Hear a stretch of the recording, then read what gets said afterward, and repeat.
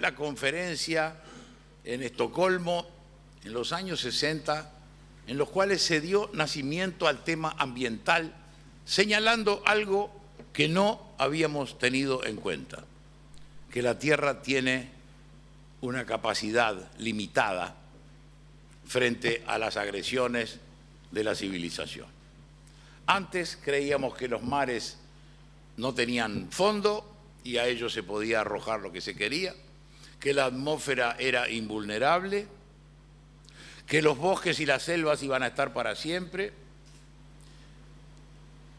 Y un buen día, y por eso un cambio de los más importantes de la historia de la humanidad, se comprobó que eso no era cierto, que el mar, los ríos, el agua, la atmósfera, los bosques, los equilibrios tan delicados de los humedales, Pantanal, que lo tenemos aquí al lado y es el pulmón de la cuenca del Río de la Plata, todo eso tenía un peligro que no era inagotable.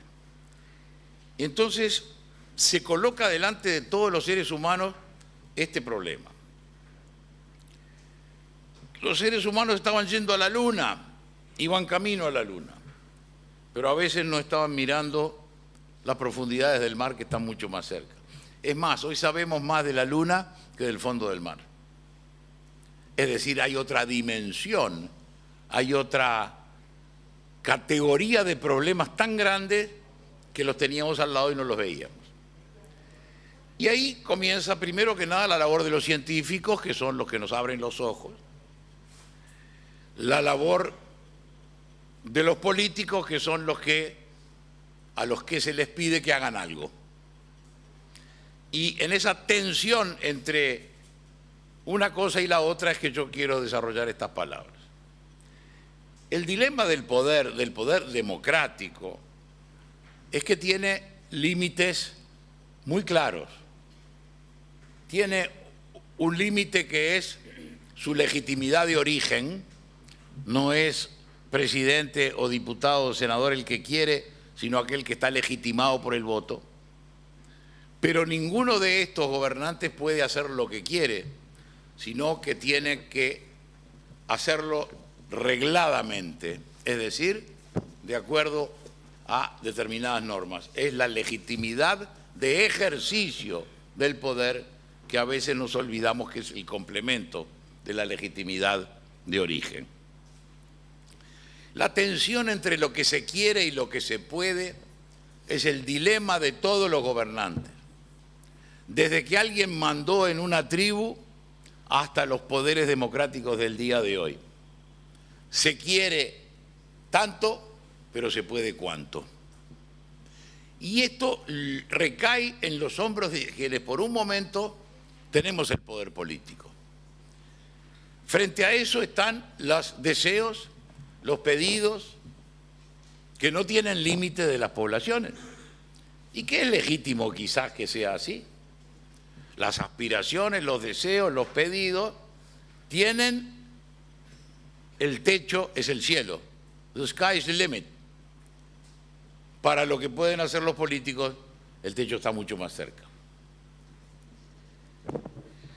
¿Qué ocurre en la sociedad moderna? El poder está muy repartido. No hay solamente poder ejecutivo, legislativo, judicial.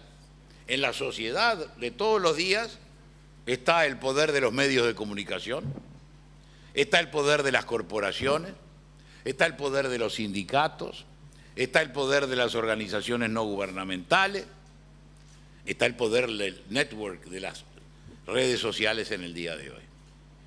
Ahora, de todos esos poderes, hay uno solo, el poder político, que porque la Constitución lo dice, puede aprobar actos que jurídicamente se llaman actos regla, porque son aquellos que deben ser obedecidos.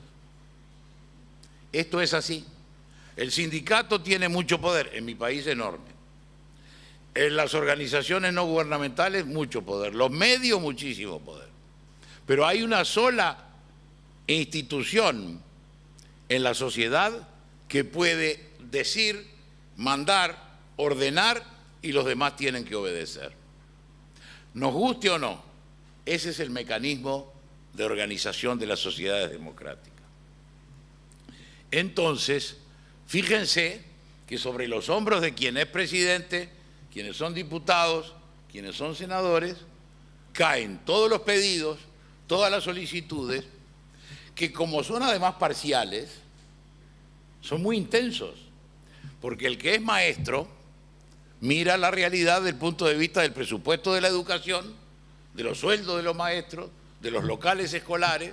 Seguramente en esta Cámara oyen permanentemente ese tipo de reclamos. Y el campesino también, que el costo del fertilizante, cuánto cuesta el combustible, si hay buen mercado o no, si hay transporte, si hay almacenamiento de los granos, y pide lo suyo. Todas visiones angostas, pero muy profundas. A los pobres políticos nos obligan a que por encima de esos sectores particulares encontremos comunes denominadores, que a veces son tan tenues para ser comunes a todos que no tienen atractivo. De ahí que avancen las propuestas político-gubernativas populistas, porque esas, como no tienen límite en la promesa y en la propuesta, esas sí son atractivas. El político sereno, verdadero, realista, hombre de Estado, sabe hasta dónde puede. Y ese es el dilema de la experiencia presidencial en esta materia. ¿Cómo podemos nosotros, mediante actos gubernativos, incidir en la realidad para que sea posible el desarrollo sostenible o sustentable, que me gusta más? Por supuesto que aprobando leyes, decretos y formulando políticas.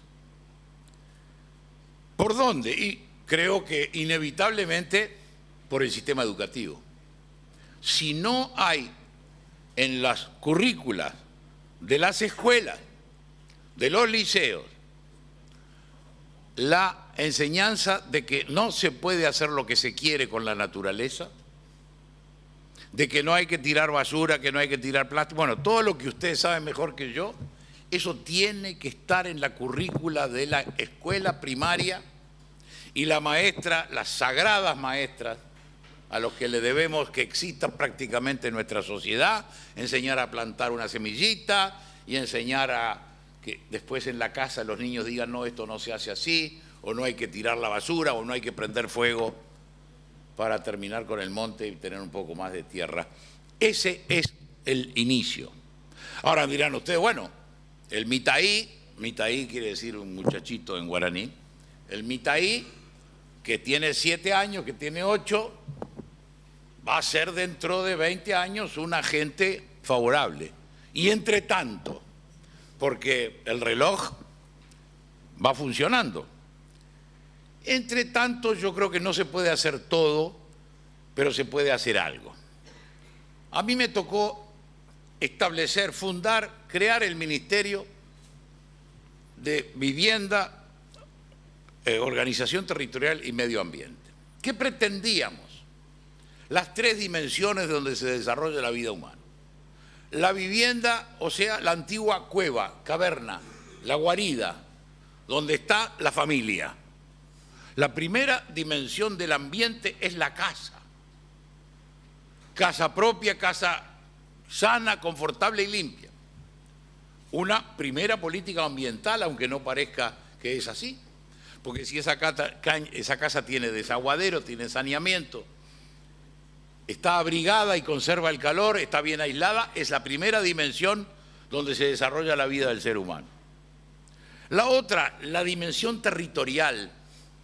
Esto en América no lo tenemos presente, porque acá las dimensiones, yo imagino aquellos conquistadores que venían de Cáceres y venían de Extremadura, de andar entre pequeños pedacitos de tierra donde no podían galopar porque no había espacio, cuando se encuentran con las llanuras, cuando se encuentran con las sabanas, cuando se encuentran con los ríos, tienen que haber enloquecido ante las dimensiones de aquel mundo. Por eso a la tierra no le damos mucha importancia, pero la organización territorial es básica, porque el territorio que se pierde para lo verde no vuelve a ser verde. Entonces las ciudades, su distribución territorial, las zonas industriales, la zona residente, los parques, los pulmones de las ciudades son el segundo orden del medio ambiente. Y después, vivienda, ordenamiento territorial, medio ambiente. Después la casa de todos, que es la biosfera en la que estamos metidos y vamos navegando en el navío tierra por el espacio. Eso es lo que los gobernantes pueden planear. Ahora, del lado de la producción económica, que es donde está el peligro principal, aunque las conductas humanas individuales son un peligro porque sumada una a otra pueden hacer daño, normalmente nos enfrentamos a los temas de prácticas correctas en materia de energía. Aquí en el Paraguay tenemos el orgullo de poder decir que tenemos la energía más barata y más limpia del mundo. Podemos decir desde el Uruguay que el 20% ya es de energías renovables solares y eólicas. Entonces, ese es el primer tema en el que el gobierno puede hacer algo por el medio ambiente. Fomentar el consumo de energía renovable, avanzar todo lo que se pueda,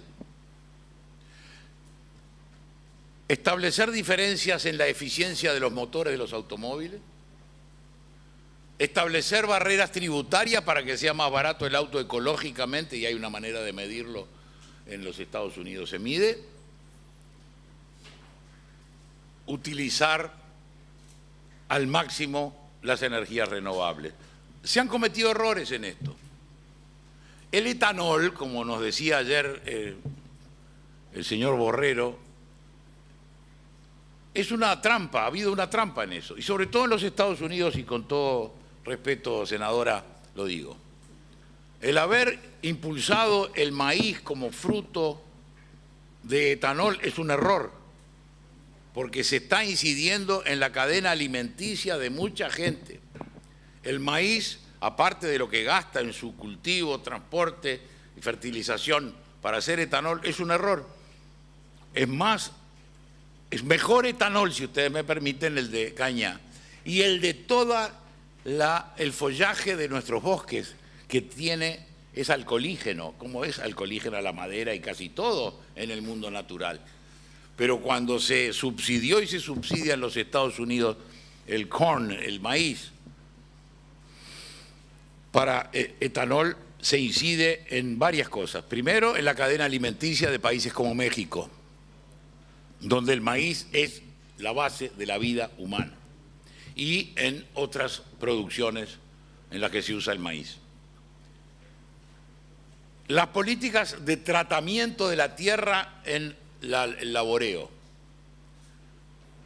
Ustedes saben que en la Amazonia, no sé si les ha pasado, a mí me pasó y me impactó, una noche clara volando hacia Europa, ver los fuegos desde 10.000 metros de altura, 30.000 pies, en una noche clara, los fuegos, el tamaño que tienen que tener los fuegos, y son 7, 8, 10 en aquella enormidad de la Amazonia.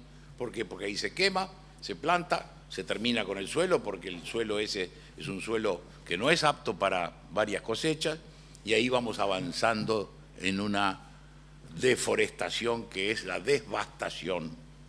Por lo tanto, las políticas de trato de la tierra, el laboreo cero, que ha avanzado mucho aquí en el Paraguay, en el Uruguay, en la Argentina, es decir, ya no damos vuelta a la tierra, hacemos un pequeño surco y ahí incorporamos las semillas.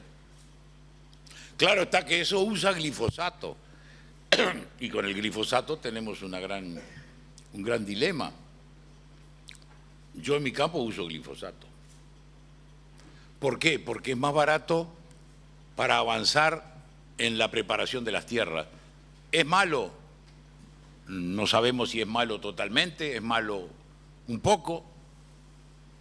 Los fertilizantes, nosotros usamos fosforita natural, porque consideramos que es más natural que los fertilizantes derivados del petróleo.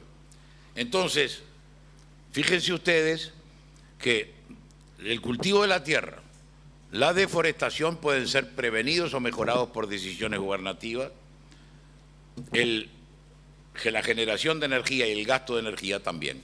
Ahí es donde se puede hacer algo. Ahora, normalmente el gobernante a plazo, como es el gobernante democrático, está tentado de hacer todo lo que pueda en su periodo. Y está bien. A veces se olvida de pensar en 3 periodos más o en 20 años.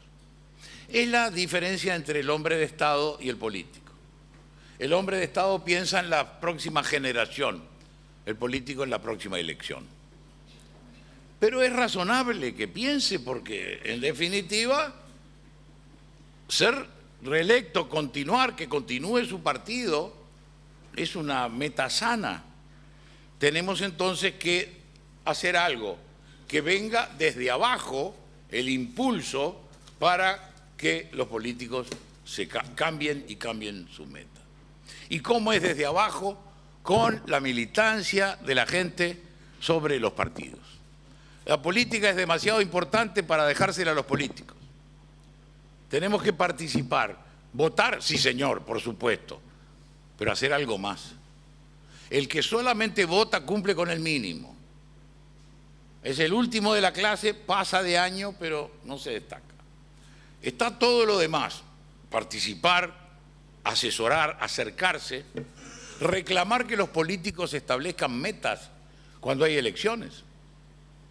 Y entonces mirando las metas ustedes van a decir, este sí es en serio y este no, porque el que promete que arregla todo, ese no hay que votarlo.